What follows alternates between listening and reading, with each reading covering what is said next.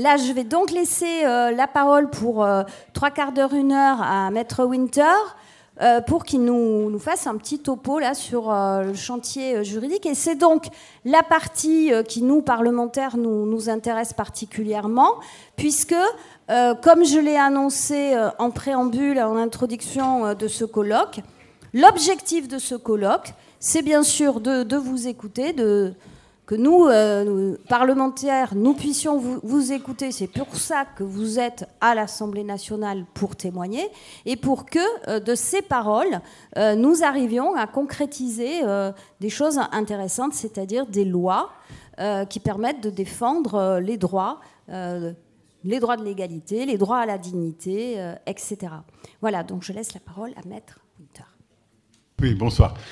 On est tous un peu fatigués. Je vais essayer d'être assez bref, au moins dans l'introduction, pour que le débat sur les questions juridiques et le rôle, d'ailleurs, à mon avis, introduire le débat sur le rôle que peuvent avoir les parlementaires dans ces questions. Alors, comme l'on dit beaucoup jusqu'à maintenant, l'élément déterminant pour faire changer les choses, on l'a dit et rappelé, c'est la combativité des résidents, des comités de résidents et des mobilisations. C'est ça qui fait changer les choses, qui a toujours fait changer les choses, et c'est pas simplement, effectivement, la loi en elle-même. Le problème, c'est qu'aujourd'hui, face à cette combativité et mobilisation, il y a des gestionnaires qui rêvent de revenir en arrière, pour dire les choses comme elles sont, qui ont attendu longtemps parce qu'il y a eu des lois qui sont passées qu'ils n'aiment pas beaucoup. Et donc, on sait tous qu'aujourd'hui, les gestionnaires, ça a été dit, répété, je ne vais pas revenir là-dessus, ont plutôt tendance à revenir en arrière et même pas appliquer les lois qui existent déjà. Je vais en dire 2 mots très brièvement tout à l'heure. Alors, l'enjeu pourquoi l'aspect juridique et pourquoi la question des lois, c'est parce que malgré tout, à un moment, quand il y a des conflits, ils peuvent effectivement se aussi devant des tribunaux. Et les tribunaux, normalement, ils doivent appliquer la loi, mais ils tiennent compte aussi de l'évolution de la loi et aussi des rapports de force. Et on constate d'ailleurs aujourd'hui que les tribunaux ont plutôt tendance, eux aussi, à suivre les gestionnaires et à un peu revenir en arrière. C'est pour ça que, malgré tout, le juridique peut être un élément important. Alors, je vais vouloir vous dire quelques mots sur ce qu'on a, nous, comme idée, sur ce qu'il faudrait faire avancer. Je rappellerai quand même d'abord à tout le monde, parce que c'était posé dans les discussions à des moments ou à d'autres, qu'il existe quand même déjà des lois qui ont été obtenues de longues luttes, après de longues luttes dans les 20 dernières années. Il existe quand même des lois. Le Code de la construction a été modifié depuis la loi SRU.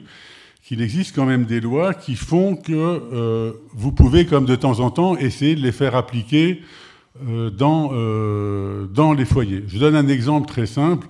Je rappelle d'ailleurs que les lois qui ont été votées s'inscrivaient dans un chapitre du Code de la construction, qui est le développement du nombre de logements pour les gens qui n'ont pas, je lis très exactement, ces dispositions tendant à maintenir ou à augmenter le nombre de logements pour les personnes effectivement en éventuelle difficulté, et que même l'article des codes sont sous un chapitre qui s'appelle « Mesures relatives à la protection des personnes logées en logement foyer ». Que donc normalement la loi, elle est censée vous protéger. Je dis ça pour je donnais simplement un exemple sur l'application de la loi. On l'a dit sur la question de la vie privée, sur laquelle je vais revenir brièvement aussi. Au jour d'aujourd'hui, même si à l'époque, quand on s'est battu sur la question du droit à la vie privée qui est inscrit dans la loi, au moment de la modification de la loi, on n'a pas obtenu que le gestionnaire n'ait pas le droit du tout de rentrer dans votre chambre. Il est quand même précisé qu'il doit normalement avoir votre accord préalable. Et je rappelle que s'il n'a pas votre accord préalable, il y a quand même une loi pénale qui dit qu'à ce moment-là, c'est caractérisé comme une violation de domicile. Et une violation de domicile, la personne qui viole votre domicile privé, la loi dit qu'elle est passible de prison. Alors je sais bien que c'est pas toujours forcément facile d'avoir des preuves, on l'a évoqué à tel ou tel moment, mais quand même, si un gestionnaire rentre dans votre chambre, vous prenez comme des photos, maintenant il y a un peu plus de portables qu'avant, il y a éventuellement des voisins. Malgré tout, si vous constituez un dossier sur le fait qu'on est rentré dans votre chambre sans votre accord préalable et écrit, c'est théoriquement, on peut, je ne dis pas que ça aboutira toutes les fois, mais on peut effectivement, par exemple, déposer une plainte pour violation de domicile. Et je ne suis pas certain, malgré tout, que Adoma ou quelconque gestionnaire soit très favorable à ce type de choses. Donc je disais ça pour dire qu'il faut déjà connaître la loi. C'est le droit à la vie privée est en partie inscrit déjà dans la loi. Je rappelle, effectivement, les comités de résidence sont quand même aussi inscrits dans la loi. Je reviendrai là aussi sur peut-être comment progresser. Mais il y a déjà comme un certain nombre d'éléments qu'il faut connaître. On avait à un moment fait des permanences juridiques. Peut-être qu'il serait utile que régulièrement, de nouveau, les délégués des foyers, les résidents des foyers, s'approprient quand même ce qui est déjà un petit peu acquis, même si ce n'est pas énorme. Il y a quand même déjà des acquis juridiques pas complètement négligeables qui nous permettent de temps en temps de pouvoir se battre. Alors, ceci étant, aujourd'hui, il y a 3 objectifs, nous savons, enfin en tous les cas, qui nous animent au niveau du COPAF sur le juridique. Le premier, c'est effectivement de développer beaucoup plus la question du droit à la vie privée, parce que ça a été dit et répété, je n'y reviens pas. Je pense que fondamentalement, le non-respect de la vie privée, c'est une manière pour les gestionnaires de dire, en fait, vous n'êtes pas grand-chose, finalement. Dire finalement, vous n'avez pas tellement de droits, vous êtes sous notre domination, qu'on le veuille ou non, et tout le monde sait ici l'importance, pas seulement symbolique, mais pratique de la question des clés, qui est un élément fondamental sur ce point, et sur lequel, pour le moment, je viendrai, la loi n'est pas très claire. Il y a évidemment cette question de la vie privée, il y a la question évidemment de la vie collective, et il y a la troisième question, qui est celle que, dans la vie collective, du fait que du droit d'avoir une représentation forte et des interlocuteurs véritables, c'est-à-dire que les comités de résidence soient reconnus comme des véritables interlocuteurs. C'est schématiquement, disons, on pourrait dire très brièvement, les 3 outils juridiques dont on a besoin, en sachant qu'aujourd'hui, je l'ai dit, la loi, mais aussi les tribunaux et peut-être une partie de l'opinion publique, a tendance à dire soit vous allez aller du côté de la vie privée et à ce moment-là, ne venez pas trop nous embêter sur la vie collective, soit vous avez la vie collective et à ce moment-là, il est normal, entre guillemets, que vous n'ayez peut-être pas les mêmes droits qu'un locataire lambda.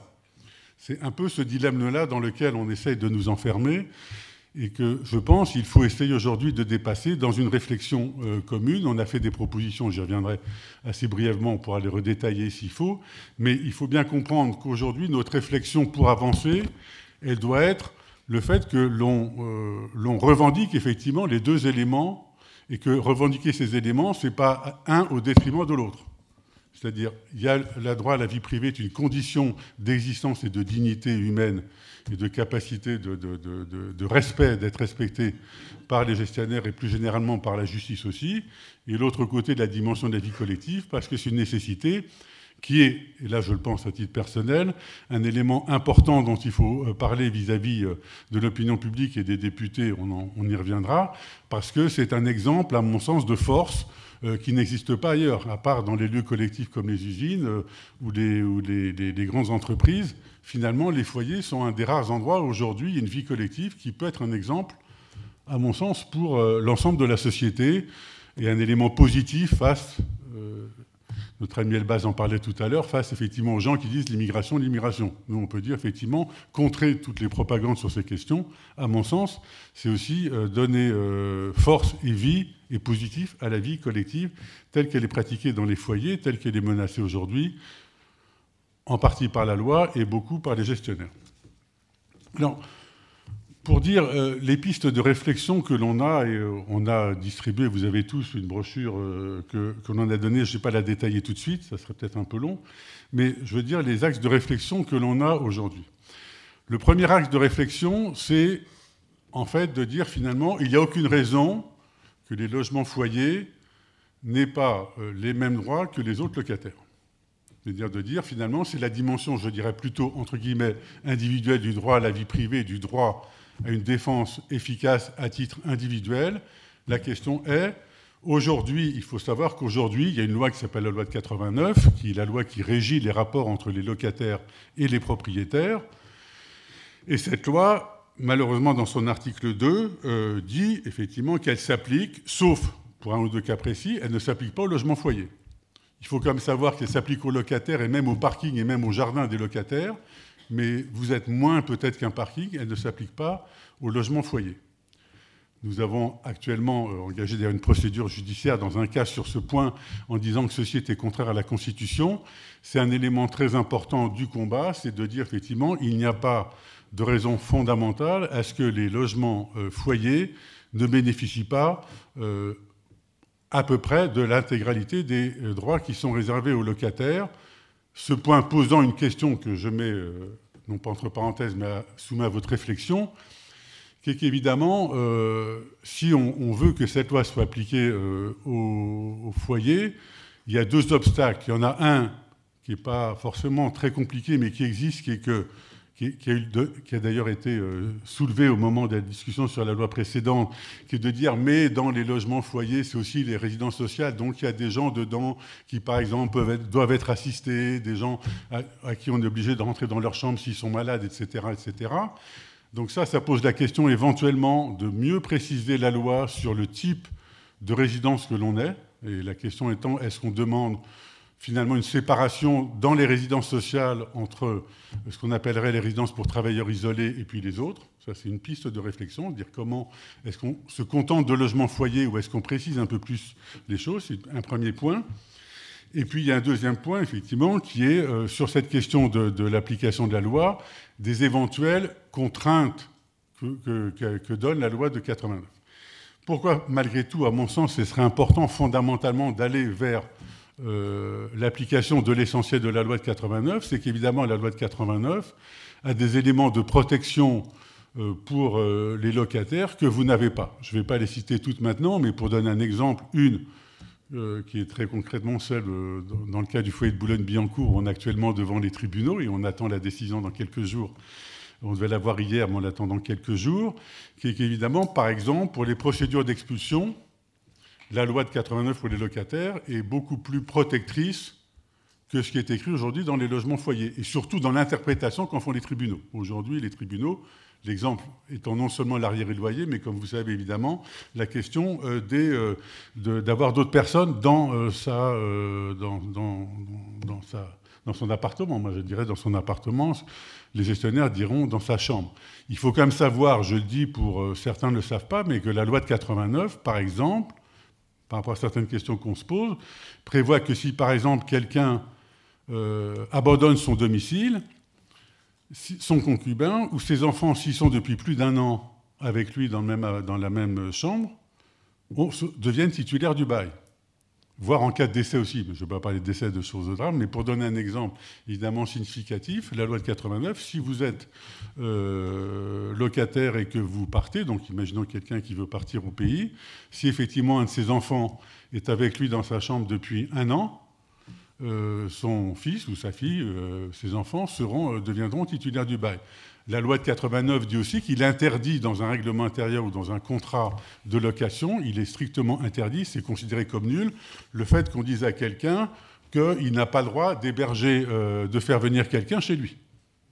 Bon. Je vous donne ces exemples, il y en a beaucoup d'autres qui montrent évidemment l'intérêt du combat sur le fait de faire appliquer, d'enlever ce fameux article qui dit que la loi de 89 ne s'applique pas au logement foyer. Ça, c'est un des premiers grands axes, avec, quand je disais réflexion tout à l'heure, quand même sur aussi quelques contraintes.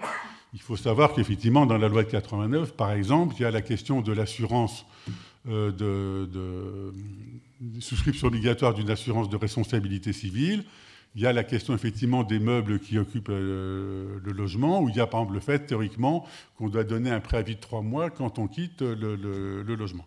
Donc, il y a ces questions à discuter dans le chemin vers l'application de la loi de 89, ou en tous les cas de ces éléments essentiels, au logement foyer, ou est-ce que donc on appellerait éventuellement les résidences pour travailleurs isolés. Ça, c'est un premier aspect, je suis très bref, du combat qu'à notre sens il faut mener et que les résidents doivent mener avec l'appui de parlementaires éclairés et qui comprennent le sens de notre combat. Il y a un deuxième aspect, effectivement, très important, on l'a dit, c'est celui sur la vie collective. Sur la vie collective, il faut quand même savoir que théoriquement la loi la loi SRU et les lois qui ont été votées après, prévoient effectivement explicitement, normalement, que le logement foyer est un lieu où il y a une résidence collective. Donc, et ça, le fait qu'on vous parle de résidence sociale, je sais bien que tout le monde dit résidence sociale, mais attention, quand on regarde précisément la loi, elle spécifie les logements foyers, elle parle de résidence sociale, mais elle ne dit pas que dans les résidences sociales, il ne doit pas y avoir d'espace collectif. Elle dit bien, le logement foyer, il doit y avoir des espaces collectifs. C'est pour ça que quand je dis l'application de la loi, dans une partie des combats qu'il faut mener aujourd'hui, cette nécessité d'espaces collectifs est déjà inscrite dans la loi. Ce qu'on pense, nous, simplement comme axe, je vais dire, de combat juridique, ce qui est mis donc dans la brochure sur lequel on pourra revenir en détail, c'est qu'effectivement, inscrire dans la loi et dans des décrets des éléments beaucoup plus contraignants vis-à-vis de cet élément-là. Plus contraignant, allant même effectivement à des sanctions éventuelles, je le disais, contre les gestionnaires sur ce point. La loi a dit qu'il faut qu'il y ait des espaces collectifs. S'il y a une reconstruction qui est faite, il faut interpeller les gestionnaires, mais aussi dans les comités de pilotage, en disant, quand on dit vous n'avez plus droit qu'à un petit logement, un petit espace collectif, attention, la loi prévoit d'ores et déjà la nécessité. Et donc, nous, non seulement il faut se battre là-dessus, mais probablement, dans nos propositions, il y a la volonté que ça soit, comme on dit, scellé dans le marbre de la loi, un nombre minimum en fonction de surface minimum, en fonction du nombre de résidents dans un foyer. Donc ça, c'est le deuxième axe, disons, de combat juridique. Le troisième, pour dire de façon très synthétique, c'est effectivement, et je l'ai dit tout à l'heure très brièvement, c'est évident qu'on a en face de nous des gens qui ne sont pas très favorables à tout ce qu'on dit là et à vos revendications. Et donc le troisième élément, c'est qu'une loi n'existe d'une certaine manière que si les sanctions à l'inapplication de la loi existent. Parce que sinon, une loi, il y a marqué il faut des comités de résidents. Adama dit oui, ben, ils ne font pas les élections. Et voilà, et qu'est-ce qui se passe? Ben, revenez à l'année prochaine. Au revoir monsieur, bonjour chez vous, il ne se passe rien. Et donc c'est pour ça que la troisième axe de proposition, c'est effectivement en particulier vis-à-vis du renforcement du pouvoir des comités de résidents, là aussi, qu'ils aient plus de pouvoir, qu'ils soient détaillés. C'est l'idée qu'effectivement le non-respect des droits collectifs et du rôle des comités de résidents soit sanctionné.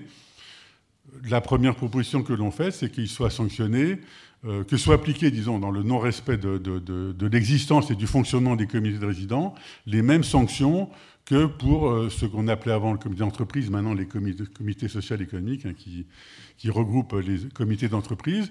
Il faut savoir effectivement que dans les entreprises, le comité social, le CSE, qui s'appelle le CSE, a des moyens, si l'employeur ne respecte pas ses prérogatives, non seulement d'engager des procédures judiciaires, mais même des procédures pénales. C'est-à-dire que c'est une sanction, c'est une infraction pénale de ne pas respecter.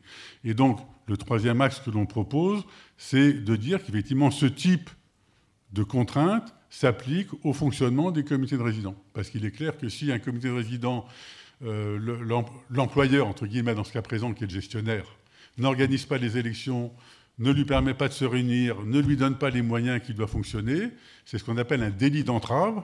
Et c'est donc une sanction pénale au niveau de l'entreprise et que nous considérons qu'il n'y a aucune raison que ceci ne s'applique pas à tout espace collectif et donc à l'espace collectif qui est le logement ou la résidence pour travailleurs isolés tel qu'on peut le proposer. Donc voilà, j'ai voulu être volontairement très bref sur les trois axes pour ne pas, on va y revenir dans le débat sur telle ou telle question précise, mais disons un peu la matière de la réflexion.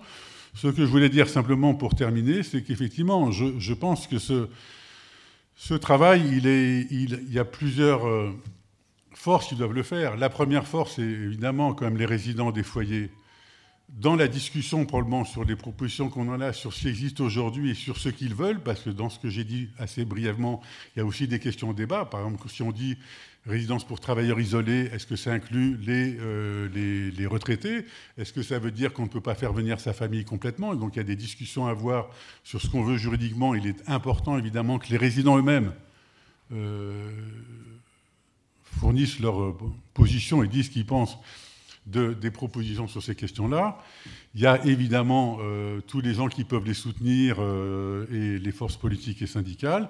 Et puis, effectivement, bon, moi je pense que c'est pour ça qu'on est là aujourd'hui peut-être, il y a évidemment les parlementaires et les forces politiques et les partis politiques, parce que j'en ai terminé là-dessus, je ne vais pas me répéter, je pense que ce qui se passe dans les foyers depuis très longtemps et ce qui continue à se passer aujourd'hui est un appui fondamental pour une pensée sur un autre type de société et pour moi un élément important de lutte contre les positions, disons, désignant les immigrés comme les boucs émissaires, alors qu'au contraire, les résidents des foyers sont, à mon sens, un exemple positif pour l'ensemble de la société. Voilà, c'est la raison pour laquelle je pense aussi que nos parlementaires, même si aujourd'hui, évidemment, ceux à qui on s'adresse sont assez minoritaires, enfin, sont assez minoritaires, ils ne sont pas majoritaires, on va dire, à l'Assemblée, peuvent quand même mener ce débat-là, peuvent probablement, peut-être un jour, quand on aura travaillé, envisager de proposer éventuellement dans une niche parlementaire un projet de loi sur ces questions qui permettent au moins que le débat existe,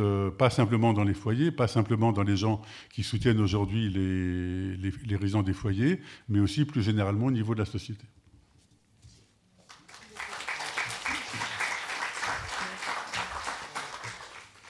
J'ajoute simplement que, vous le verrez d'ailleurs dans le petit document blanc là, de proposition, bon, Pascal il parle sur la vie privée, la vie collective, les sanctions, etc. Mais il y a plein d'autres propositions en fait. Hein. Il n'a pas tout développé. Il y a des propositions sur renforcer le rôle des comités de résidents. Il y a des propositions sur ce que Ali a développé tout à l'heure, sur les va-et-vient de nos camarades retraités, etc. etc. Voilà. Non, mais pour ceux qui ont déjà lu, sinon il fallait relire toute la brochure, ce qui risquait d'être peut-être un peu long. Je vais faire passer le micro pour les questions. Oui, je remercie encore ce monsieur Baradi Mamadou. Bon, je reviens à la charge par rapport à encore cette histoire d'expulsion, c'est-à-dire droit à la vie privée. Aujourd'hui, je pense que le combat qui vaille aujourd'hui, c'est de se maintenir dans les foyers. Parce que quand on constate à la vitesse où les gestionnaires rentrent dans nos chambres pour prouver par A plus B ce que les gens ont dit par rapport à Matelas, par rapport à des sociétés différentes, par rapport à toutes ces choses-là, et sous peu, je pense qu'on aura vidé les foyers avant qu'on s'organise. Et c'est là où ma question, elle est vraiment, pour moi, ma crainte, elle est forte. On nous a parlé dans un premier temps, ou depuis tout le temps d'ailleurs, du tiers hébergeant. Et dans toutes les réunions, ou dans toutes les discussions avec les gestionnaires, le tiers hébergeant, c'est quelque chose qu'on n'a jamais réussi à l'appliquer. Et ça pouvait peut-être sauver une partie.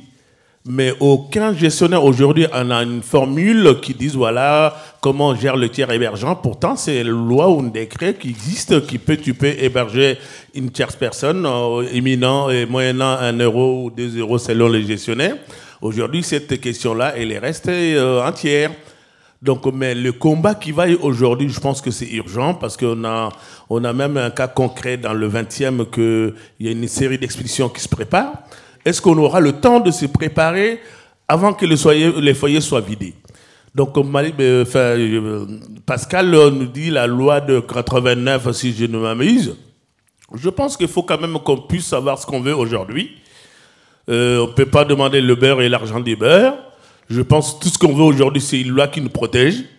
Quel qu'en soit, je pense qu'Alpha, on est obligé maintenant d'accepter, on ne peut pas non plus refuser d'être résident social, aller avoir un autre statut et refuser les conséquences qui vont avec. Hein. Je pense qu'on est d'accord pour s'il faut assurer, on sera assuré. S'il faut autre chose pour qu'on échappe à l'expulsion massive et vider les foyers de leurs résidents initiaux qui sont les immigrés.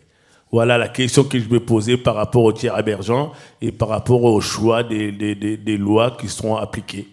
Merci beaucoup. J'espère que j'ai été assez compris, quoi. Ouais, d'accord. Ouais. Bonsoir tout le monde. Moi, je voulais dire qu'on est faible. Il faut dire les mots comme ils sont. On est très faible devant eux, quoi. Pour eux, on n'est rien du tout. Même en tant que... Nous, on est élus en tant que président du comité des résidents. Et ils sont nommés. Les gens d'Adoma, que ce soit Kolia, ils sont nommés. Ils ne sont pas élus. Nous, on était élus. Notre témoin, c'était qui? C'était la mairie C'est la mairie qui est notre témoin. Mais il fait des choses, il ne nous écoute pas. Il vient dans les foyers, il fait des choses sans nous adresser. Il y a certains coins, ils n'ont même pas de salle pour faire leurs réunions. Et puis quand on dit on va faire quelque chose, on dit qu'on est violent. Mais moi, je crois qu'on est faible d'un côté. Il faut qu'on se mette debout. J'ai entendu qu'il y en a qui bloquent les coins. Moi-même, j'ai bloqué un moment. C'est vrai, pour t'entendre en France, il faut bloquer. Parce qu'on sait bien que dans les manifestations, on ne sort pas beaucoup. Mais quand les problèmes arrivent chez vous, il faut que vous vous adressez. Vous bloquez. On sait nos soutiens, il fait tout. Les avocats, ils font tout. Mais la loi même est contre nous. Parce qu'on ne sait pas la loi là, il est appliqué comment. Les gens qui habitent dans les HLM, ils sont droits. Ils sont leurs enfants, ils sont leurs petits frères. Ils sont tout. Mais nous on ne fait pas d'enfants ou quoi? On n'a pas de frères? On tombe du ciel ou quoi? Quand on nous regarde, je ne parle pas d'autre chose, que ce soit sénégalais, mauritanien, malien. En général, on ne laisse pas nos enfants dans les rues. Personne ne veut que son enfant soit dans les rues, mais par rapport à nous, même que ce soit ton simple cousin, tu ne veux pas qu'il reste dehors. Parce qu'ici, il reste dehors. Le jour que tu rentres au pays, sa maman ou son oncle ou son père, il va te le dire. Ouais, quand ton frère était arrivé, tu ne l'as même pas considéré. Ça, c'est une honte pour nous, quand on rentre chez nous.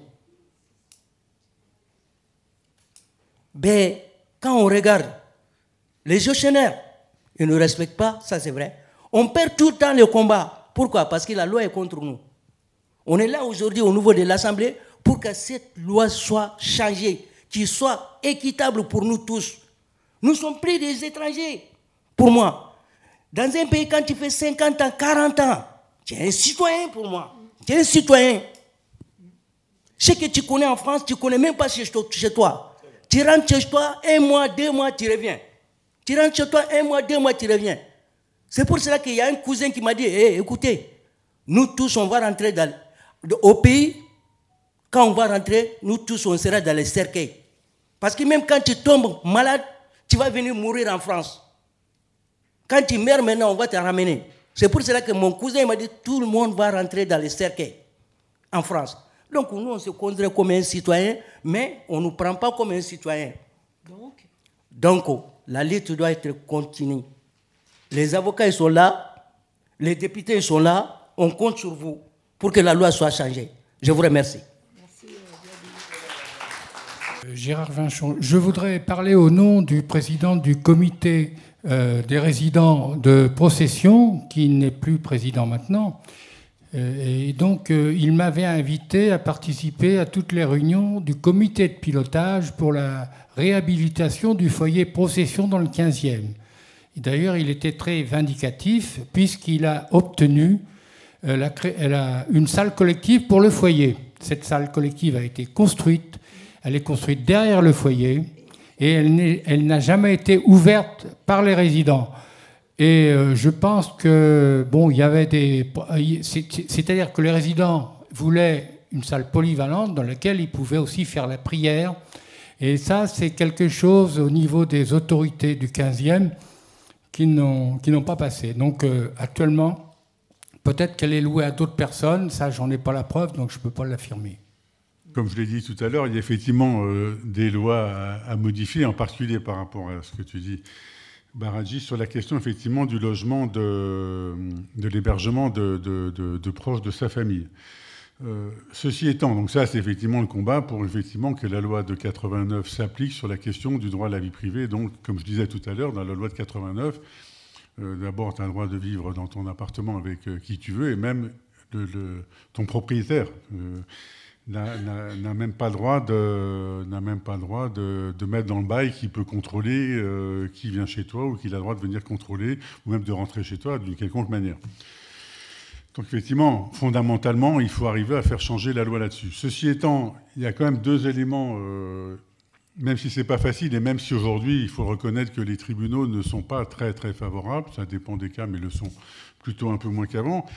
il y a quand même des éléments qui peuvent déjà, dans la loi, essayer au moins de faire une résistance significative, voire dans certains cas de gagner. Deux éléments. Il y en a un sur la question des clés. Je ne lance pas un appel à un comité de résidents particulier, mais nous n'avons pas, pour le moment, on n'a pas encore eu de décision de justice sur la question des clés.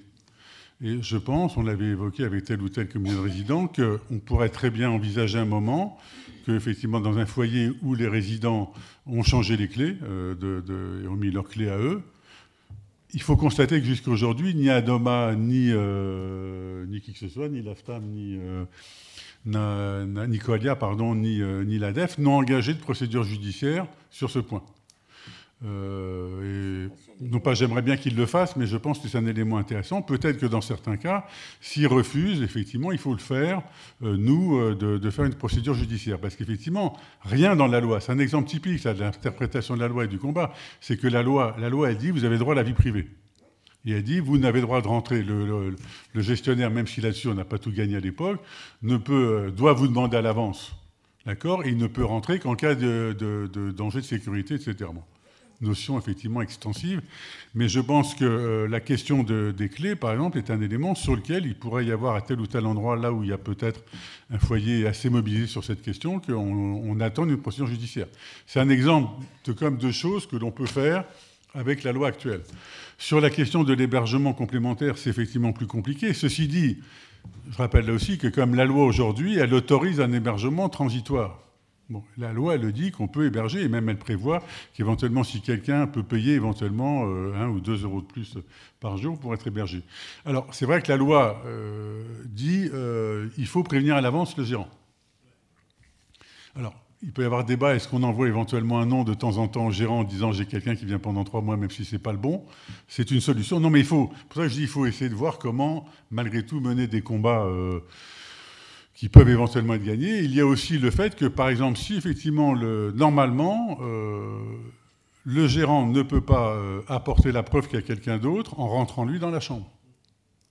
Ça, parce que si c'est ça, effectivement, on va devant un tribunal, c'est ce qu'on appelle une manière illégale d'obtenir des preuves, et ça, normalement, devant certains tribunaux, normalement, on devrait gagner sur ce point. Il le fait, d'ailleurs, certains gestionnaires le font par des requêtes au tribunal pour qu'il y ait un huissier qui vienne constater l'hébergement. Mais même sur ce point, dans ces cas-là, les conditions d'intervention de l'huissier ne sont pas toujours régulières, et en plus, les constatations qu'il fait ne sont pas nécessairement suffisamment probantes. Et donc, il y a eu des cas où on a gagné. Alors, encore une fois, je ne dis pas que c'est fondamentalement, il faudra un changement de la loi. Mais il peut y avoir certains éléments, comme je l'ai dit, même une déclaration préalable, même si ce n'est pas forcément non, d'ailleurs, pendant 3 mois, on donne le nom de quelqu'un, même si ce n'est pas lui. Le gestionnaire, il ne peut pas contrôler. Il n'a pas le pouvoir de dire « Monsieur Baralji, il m'a écrit en disant « J'héberge à partir de tel jour mon fils », ben oui, 4 mois après, c'était peut-être un autre, etc. Donc, il y a des éléments quand même de ce type-là qui peuvent être dès aujourd'hui appliqués, qui sont des éléments concrets, encore une fois, qui ne sont pas toujours signes de victoire. Mais je pense qu'il y a des éléments de résistance qui peuvent exister de cette nature. Parce que c'est vrai que la loi reconnaît comme le principe du fait qu'on peut héberger. Elle leur a dit que pendant 6 mois par an. C'est pour que ça ne soit pas permanent. Mais bon, 6 mois, c'est aussi à eux, après, comme de prouver. Et c'est vrai qu'un peu trop souvent, il arrive qu'on dise, bon, le gestionnaire, il fait un constat plus ou moins précis, il envoie au tribunal, le tribunal dit oui, allons-y, en avant, c'est terminé. Donc voilà, il y a des éléments comme ça, juridiques, qui peuvent exister. Maintenant, c'est vrai qu'encore une fois, sur ce point-là, je pense que la seule solution, c'est que ça soit la loi de 89 s'applique, c'est-à-dire qu'on enlève l'exception des logements foyers sur la question de la vie privée. Attends, juste sur les salles collectives. Hein. Donc, les salles collectives, aujourd'hui, il y en a 10, 20, 30, 50 qui sont fermées. D'accord ?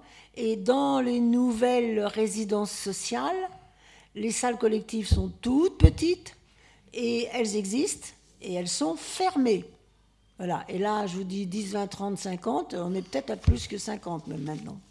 Donc là, c'est pareil. Il faudrait quand même que les comités, de mon point de vue, il faut que les comités de résidents déjà arrivent à obtenir le projet social de la résidence pour voir exactement ce qui est noté dans le projet social. Donc il faut que vous alliez exiger le projet social.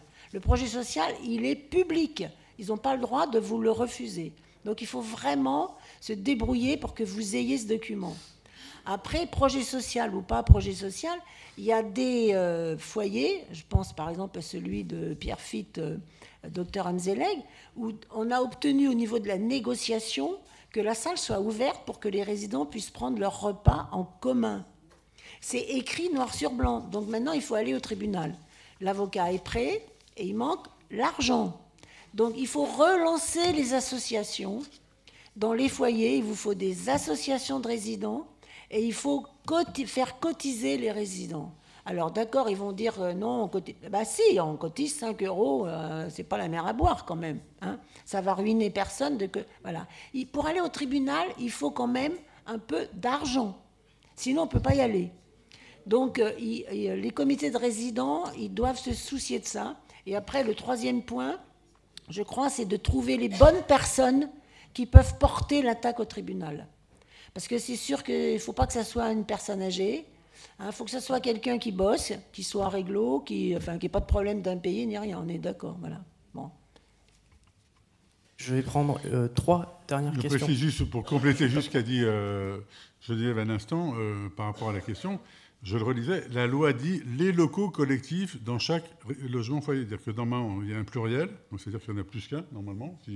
Non, mais il faut effectivement, dans un endroit où il y a effectivement une certaine mobilisation et des exemples particulièrement clairs, on peut, encore une fois, je ne dis pas qu'on gagnera, mais c'est des batailles de résistance qu'il faut mener.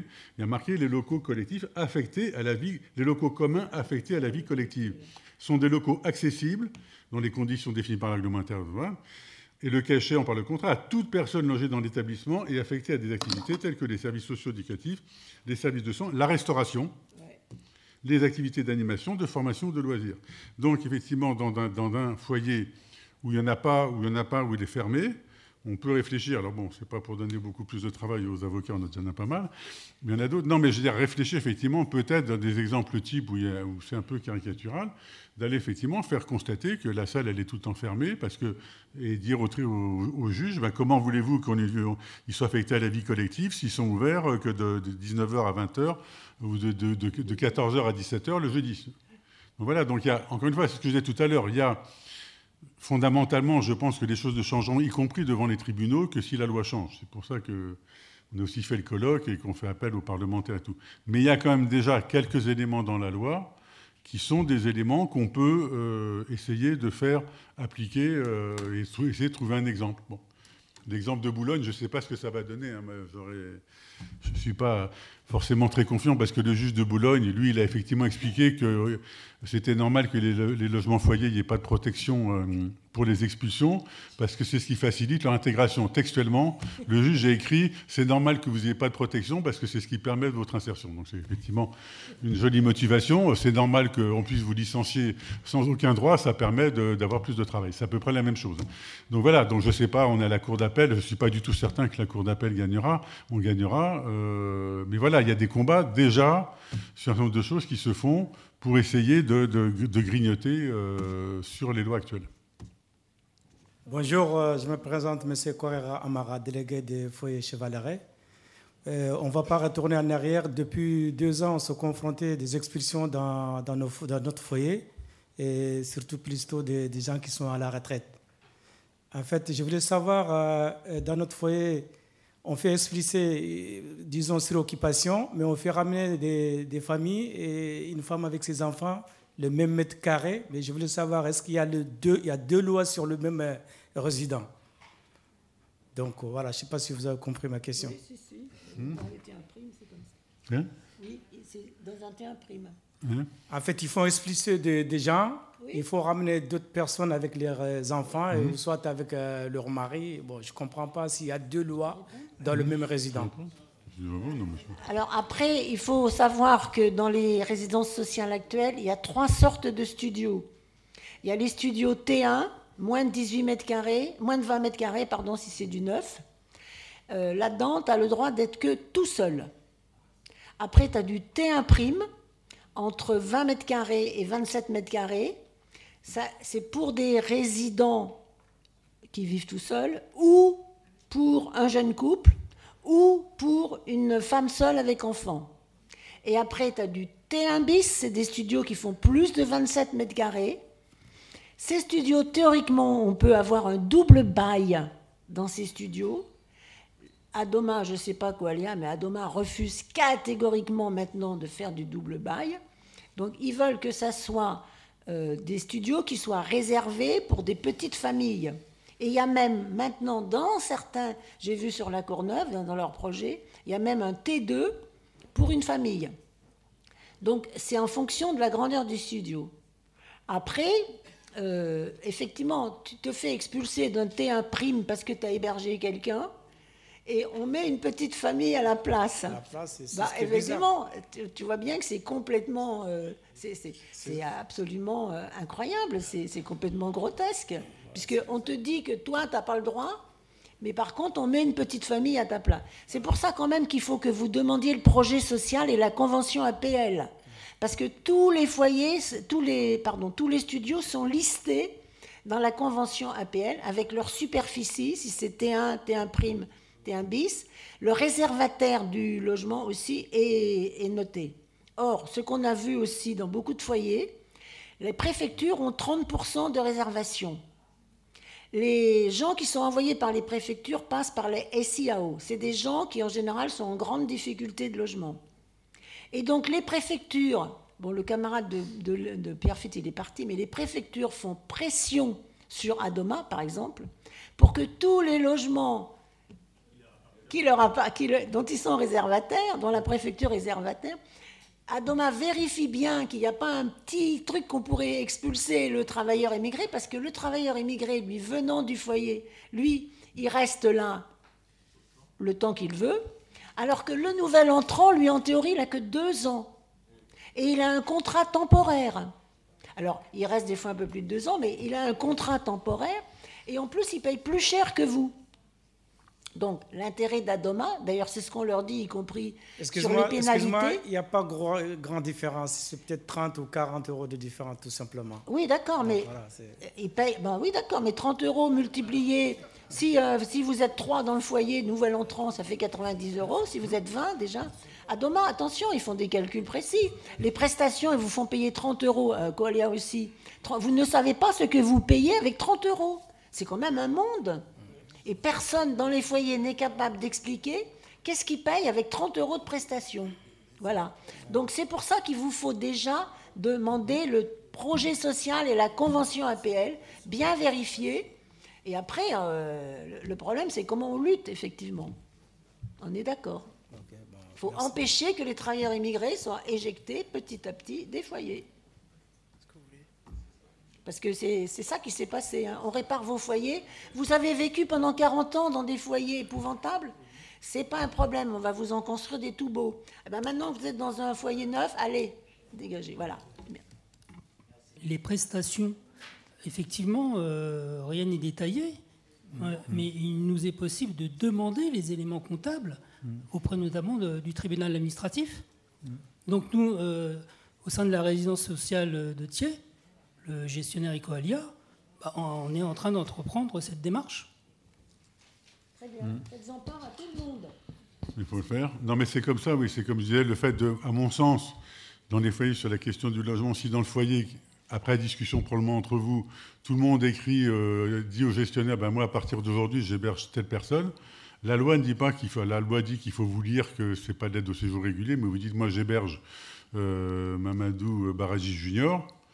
La loi ne dit pas... je dis ça parce que c'est un élément important par rapport aux tribunaux, là, c'est de l'expérience. C'est vrai que les tribunaux disent, oui, la loi dit que vous devez quand même déclarer qui, et ils ont l'impression qu'on cache les choses. Par contre, si vous déclarez, effectivement, voilà, j'héberge telle personne, le contrôle après, pour Adoma ou le gestionnaire, de voir si c'est plus de 3 mois, plus de 6 mois, si c'est le même, etc., sera quand même beaucoup plus compliqué. Et comme je rappelle que par ailleurs, il n'a pas le droit de rentrer dans la chambre, c'est-à-dire qu'à chaque fois, il faudrait qu'il fasse venir un constat d'huissier, ce serait plus compliqué. Donc, encore une fois, je ne dis pas que c'est la solution miracle, mais je pense par expérience que nous, on a vu les tribunaux dans la dernière période, c'est vrai que les tribunaux sont un peu sensibles au fait que la loi dit qu'il faut déclarer qu'on rentre dedans. Et donc, forcément, l'idée, si on ne déclare pas, il y a de la fraude et tout. Alors que si on le déclare, même si ce n'est pas forcément le même, même s'il reste plus que 3 mois, on a peut-être plus d'éléments de transparence, puisque malgré tout, la loi dit qu'on a le droit d'héberger quelqu'un. Donc on l'héberge plus que 6 mois, on a plus de marge de manœuvre, disons, dans les tribunaux. Et dans les foyers où ils ont décidé en assemblée générale de changer leur serrure, et où ils ont au moins un bon tiers, voire la moitié des résidents qui ont changé leur serrure, Adoma, c'est un foyer Adoma, a envoyé un huissier pour vérifier. Quand l'huissier, à force de 1, s'est aperçu que plus d'un tiers du foyer avait changé sa serrure, bah, ça fait maintenant, je ne sais pas, au moins 6-7 ans, ils n'ont rien eu. Hein. Voilà. Donc, on vous le dit, il faut le faire, mais pas individuellement. Il faut toujours que ce soit des décisions collectives et bien assumées par l'Assemblée générale et le comité de résidents.